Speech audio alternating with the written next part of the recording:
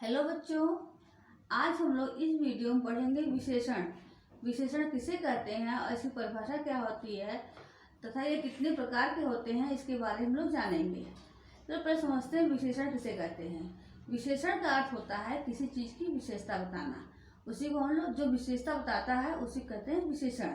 ठीक है, तो हम लोग देखते हैं परिभाषा इसकी। संज्ञा अथवा सर्वनाम शब्दों की विशेषता बताने वाले शब्दों को विशेषण कहते हैं। जो संज्ञा अथवा सर्वनाम शब्दों की विशेषता बताता है उसे हम विशेषण कहते हैं।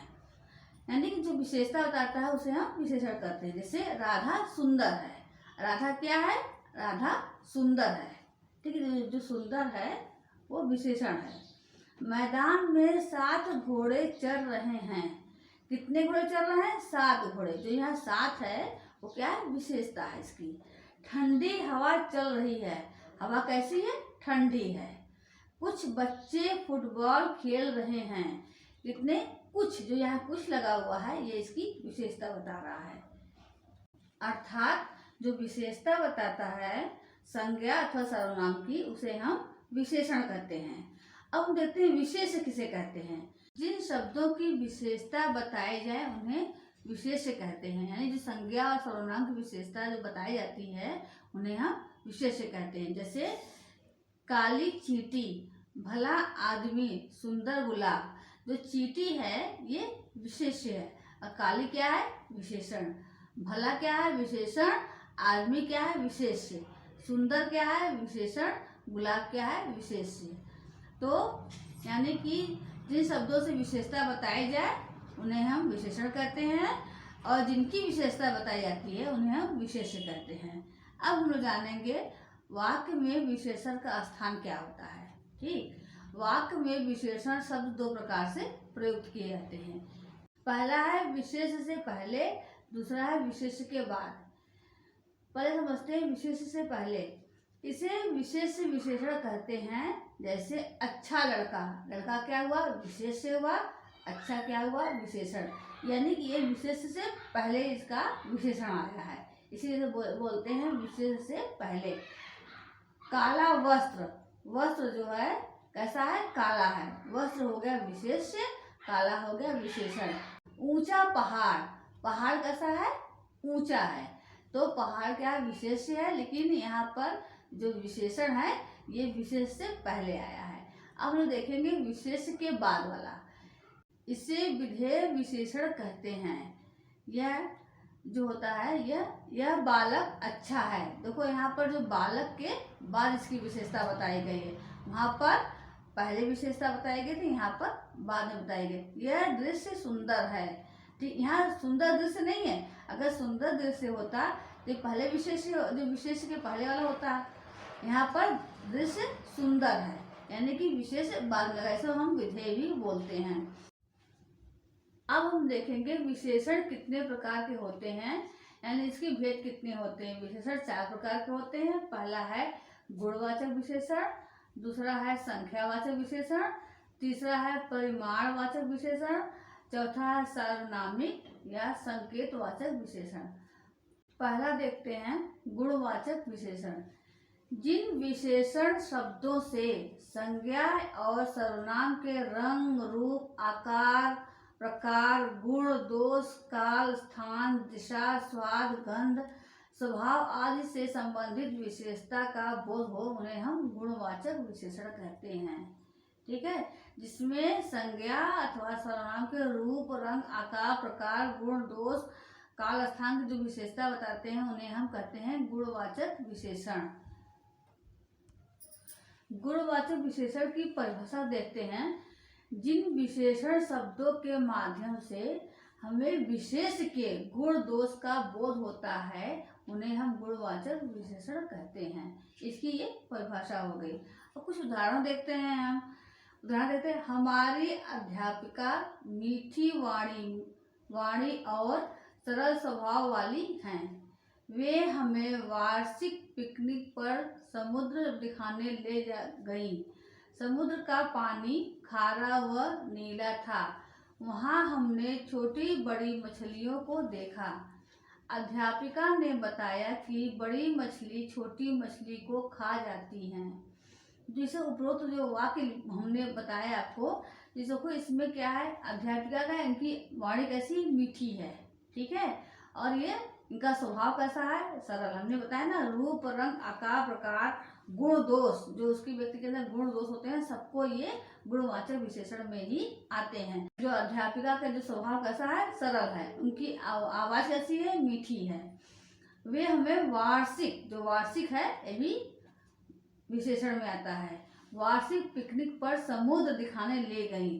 समुद्र का पानी कैसा था, खारा और नीला था, ठीक। वहाँ हमने छोटी बड़ी ये भी क्या है, विशेषता ही है। मछलियों को देखा। अध्यापिका ने बताया कि बड़ी मछली छोटी मछली को खा जाती है। जो बड़ी छोटी मछली तो विशेष हो गया, लेकिन जो बड़ी छोटी हुई क्या है, ये इसकी विशेषता है। तो ये किस में आएगी, ये गुणवाचक विशेषण में आएगा, ठीक है। जो उपरोक्त वाक्यों में रेखांकित शब्द गुण रंग रूप स्वभाव समय आदि का बोध करा रहे हैं, इन्हें हम गुणवाचक विशेषण कहते हैं। अब हम देखेंगे गुणवाचक विशेषण शब्दों के प्रकार कितने होते हैं। गुण दोष बोधक, भला बुरा सच्चा दानी क्रोधी शांत कंजूस न्यायप्रिय, ये क्या है, इनके गुण और दोष हैं, ठीक है।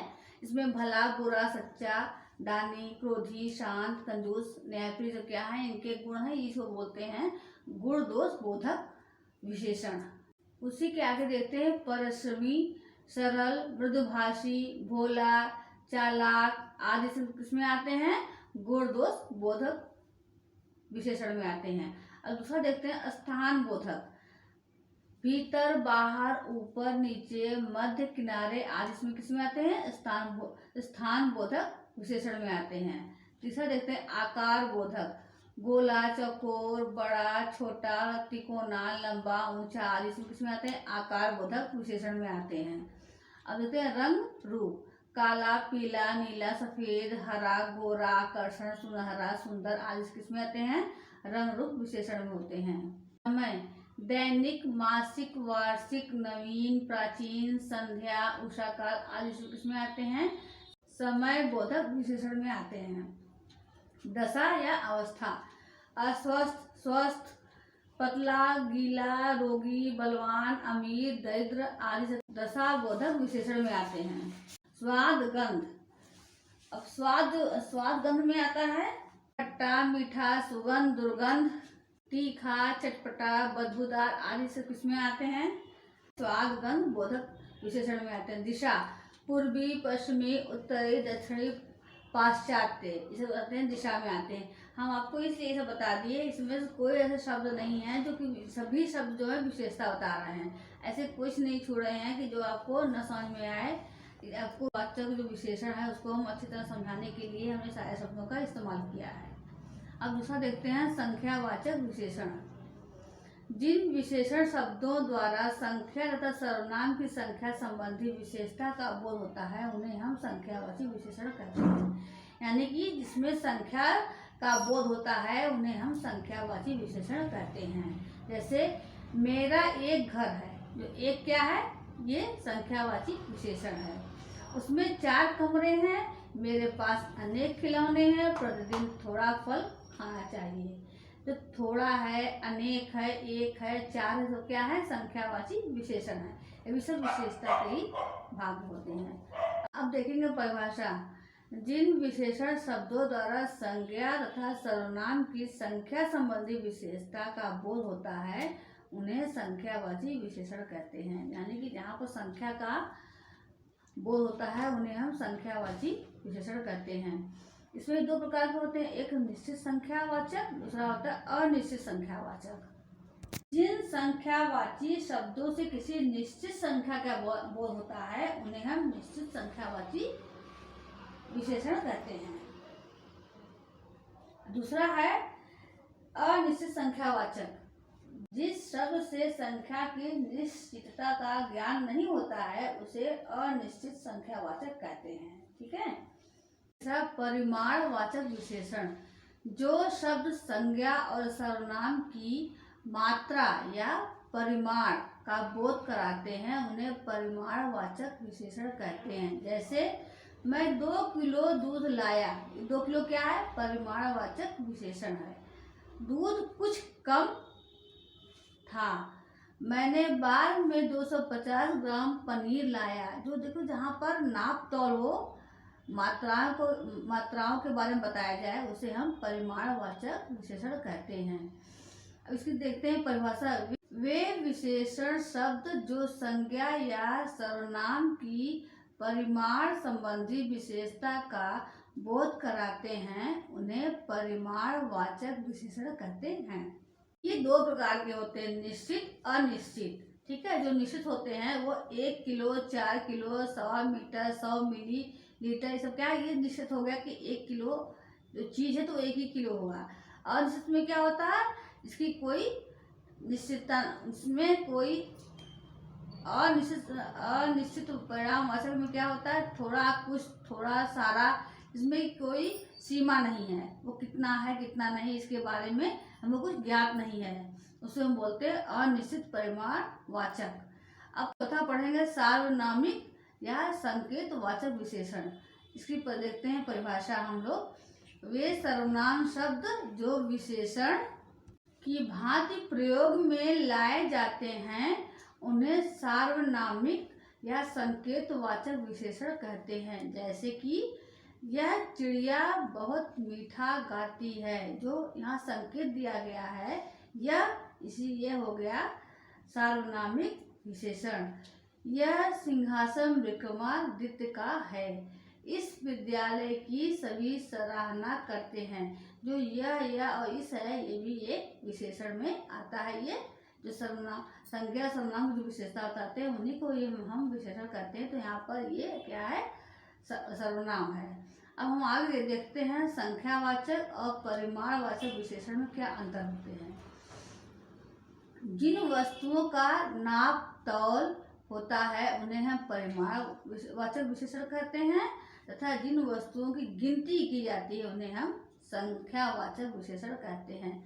अब आपको ये बहुत अच्छी तरह समझ में आ गया होगा कि विशेषण कितने प्रकार के हैं, विशेषण किसे कहते हैं और विशेषण क्या विशेषता है। अब हम लोग देखेंगे प्रविशेषण किसे कहते हैं। ऐसे शब्द जो विशेषण शब्द की विशेषता प्रकट करते हैं, यानी कि जो विशेषण की ही विशेषता बताता है उन्हें हम प्रविशेषण कहते हैं। जैसे इस पर्वतमाला में बहुत ऊंचे ऊंचे पहाड़ हैं। देखो ऊंचे ऊंचे तो विशेषण है ही हैं, लेकिन यहाँ पर बहुत लग करके क्या हो गया? प्रविशेषण हो गया। तालाब में बहुत सुंदर कमल खिले हुए हैं। कमल तुम्हारा हो गया विशेष, ठीक है। तो यहाँ जो इसकी जो सुंदरता कैसी है, जो ये विशेषण हो गया। देखिए यहाँ बहुत लगा कर ये क्या हो गया? प्रविशेषण हो गया। हिमालय सबसे बड़ा पर्वत है, तो सबसे बड़ा जो बड़ा तो इसकी विशेषता हुई, लेकिन इस विशेषता की विशेषता क्या हो गई? सबसे, ठीक है। तो ये क्या हो गया? इसको हम बोलेंगे प्रविशेषण। हमें लगता है कि जो विशेषण वाला जो चैप्टर है आपको अच्छी तरह समझ में आ गया होगा। अगर आपको समझ में कहीं भी नहीं आया हो तो वो हमें कमेंट करके बताइएगा, तो हम उसको और अच्छे से पढ़ाने का प्रयास करेंगे।